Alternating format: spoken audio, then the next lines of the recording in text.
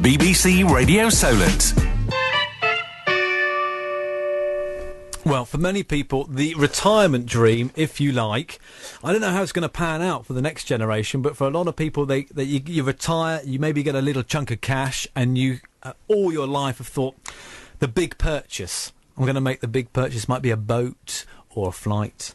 And Nigel Hicks joins me. He's looking at me now. He's excited to be here. I've got his book in my hand. Thick book, lot of words.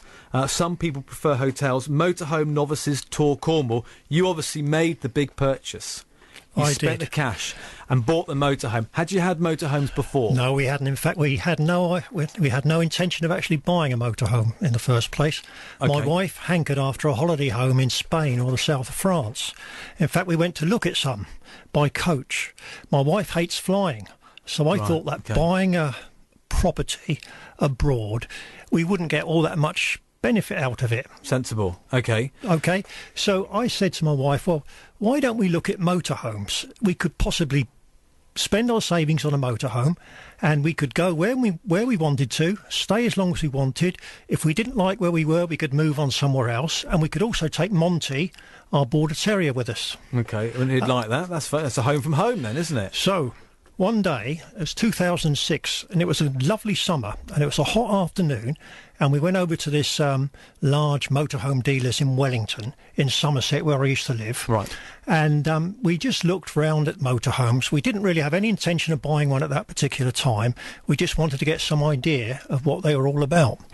Well, anyhow, about 2 hours later, having looked at all these motorhomes, we were seduced by the motorhome dream, and we decided that we could, rather foolishly, I think, spend all our savings on this motorhome, which we did, and we made... Tell me you didn't do it within the 2 hour period. You didn't sign on that day. We virtually did. Virtually did, I know, and we're usually so cautious with buying anything. You're a salesman's dream. Well, that was the thing. The salesman didn't bother us at all.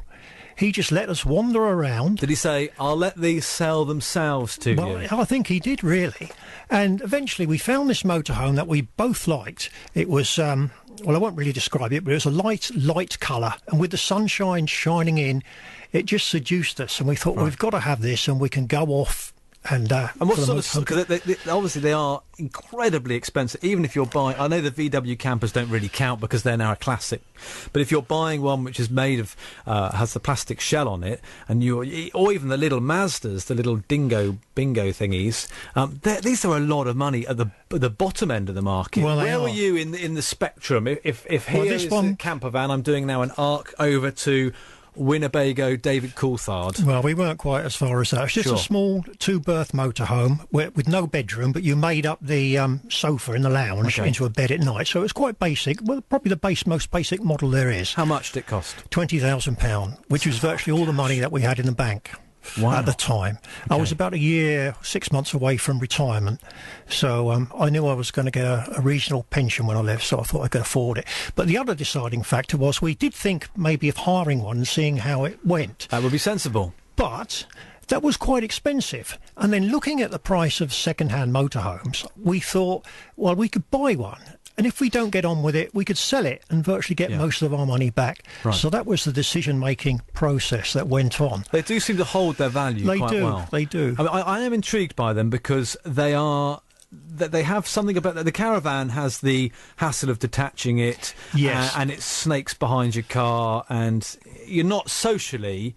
You're a little bit more of a pariah when you're on the road, aren't you? Whereas the motorhome. You're slightly more welcome. And in Europe, it's quite common, isn't it? Oh, definitely in Europe, yes. We've been to France a couple of times, and it's absolutely marvellous. So much room on the roads, and so easy to get about, and so many sights, and so many wonderful places to see. I did have... I cried with laughter one holiday when... I mean, not nicely cried with laughter either, but we were in Devon, and a lot of these little towns have very narrow roads, and there were cars either side, and even... we were in... I don't know, Ford Focus or something, and we squeezed our way through here. I'm thinking, this is tight. Trying to find somewhere to buy some snacks for the children, or maybe a pub or something. And then at the end of this long road, as we were all taking it in turns to go through this road, this motorhome appeared, and I thought, this guy, he can't turn round. He wasn't towing a smart car, but he had bikes on the back, white box came in. He put his mirrors in, and he caught a few mirrors on the way down. I thought, this must be breaking your heart. I thought, they're not. They're not, and we did something very similar, very, very stupid, and I take full blame for it. We went to Mevagissey on our motorhome tour of Cornwall, and I don't know how we did it, but we missed the car park. The big car park on the edge of the village, lovely little fishing village, and we missed it, and we carried on driving down into Mevagissey. Oh. And before we knew it, we were in the middle of these one-way streets with double yellow lines all down the roads. Of course, these streets were designed for horse and cart, not vehicles, and certainly not motorhomes. And we could do nothing about it. We were just in this one-way street. There was no way we could turn around. We just had to carry on. And it was a nightmare trying to get out of this place. My wife was trying to direct me, but she doesn't know left from right. And she was saying, turn right, turn right. And when I looked, there was a big arrow saying no turning, so I had to turn left. It was a nightmare. Oh, crikey. And it took us about 20 minutes to get back out of this village, lovely picturesque village, and we could see the expressions of all the pedestrians' faces looking at us, wondering what the hell we were doing.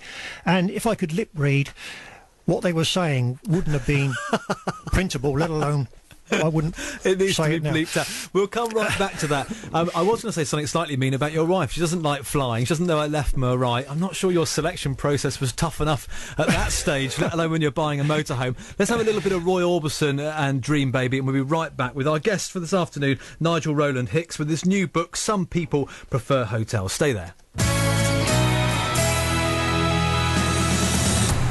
We're with Nigel Rowland Hicks. He spent all of his savings, just before he retired, £20,000 on the dream ticket, the motorhome. So you buy the motorhome, you've obviously planned your first journey in 2006, this is, to Cornwall. That's right. And you jump in it, and it's a success at first, or what's the initial emotional reaction? Well, to be honest with you, 24 hours later, 24 hours into our first trip, we thought we'd made a terrible mistake, and we almost went back to the motorhome dealers to demand our money back. What happened was, after this long, hot, dry summer, which in Somerset was quite rare, which is where I used to live, in this lovely village called Chisleborough, and we set off and it started to rain. And not only did it rain, it poured down. And I had a problem with my windscreen wiper. Of course, one of the things you never check when you buy a vehicle are things like windscreen wipers. Anyhow. But £20,000, you think they'd work? You would think they would work, but it did work for the first 10, 20 miles until the rain started.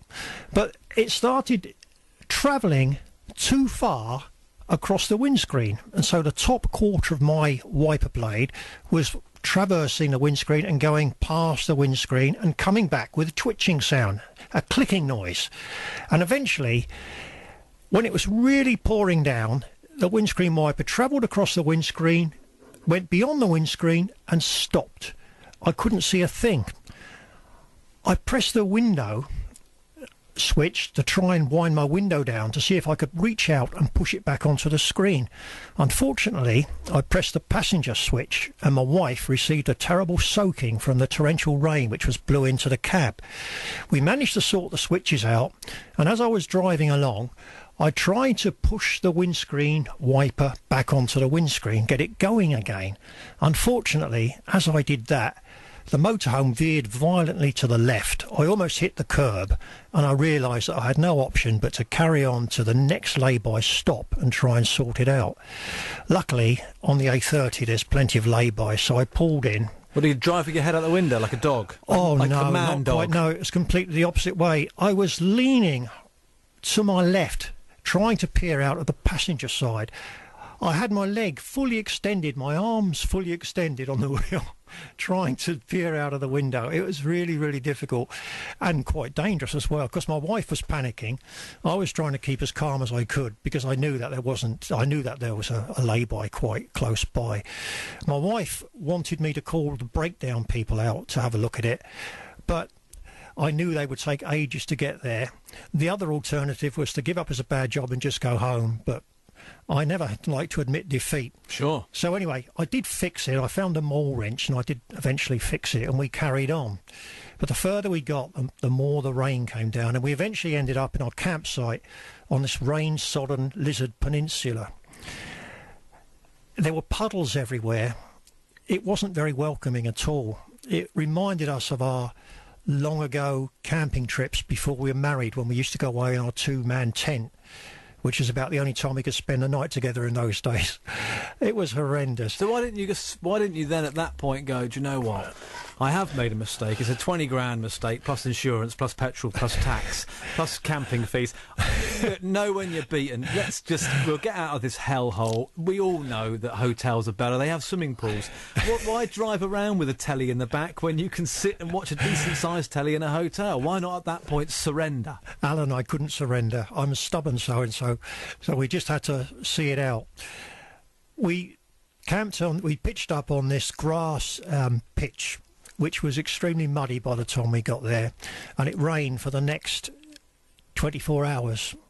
And at the end of those 24 hours, we did start to think about packing up and going home.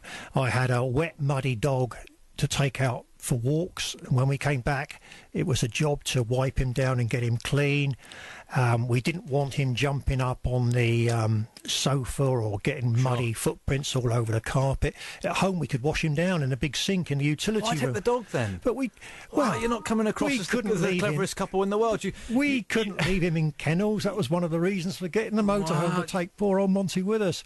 But after that horrible start in the rain, the sun eventually came out, and it was like a switch going on, and the sunlight just shone out, and we thought, wow, this is great. We've got to do something. We can't waste the rest of the day. And this was like midday, and we always wanted to go to Trebor Gardens on the Helford River, and it wasn't that far away. So we quickly uncoupled everything, got in the van, and drove off to the Helford River. Now, the recommended way was to drive all the way back round the main road.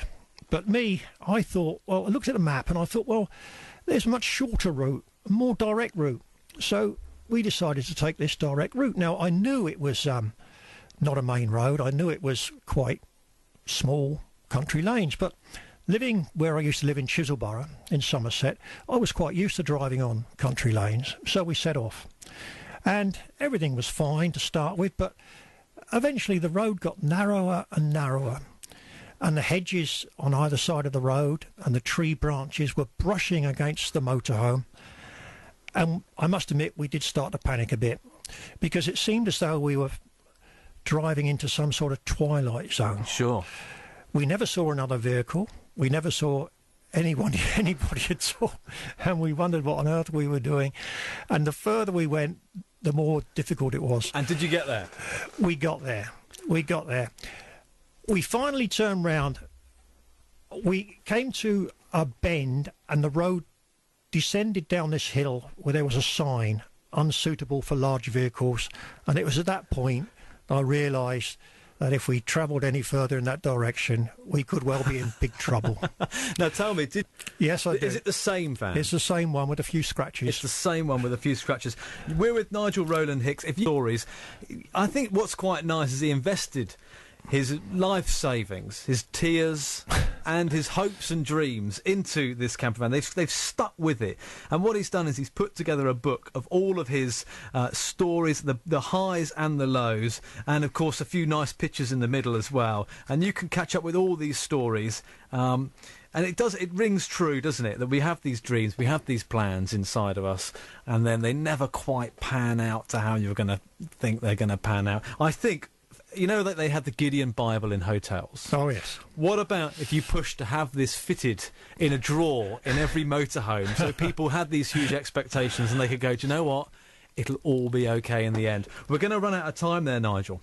We're going to run out of time. Was that the turning point? Just give us very quickly. Did you then turn it around and have some great holidays out of this home? We did. The rest of the trip was absolutely fantastic. We never saw another drop of rain, and we had some wonderful times, and we've had some wonderful trips since then. Fantastic. Well, it's lovely to have you in the studio.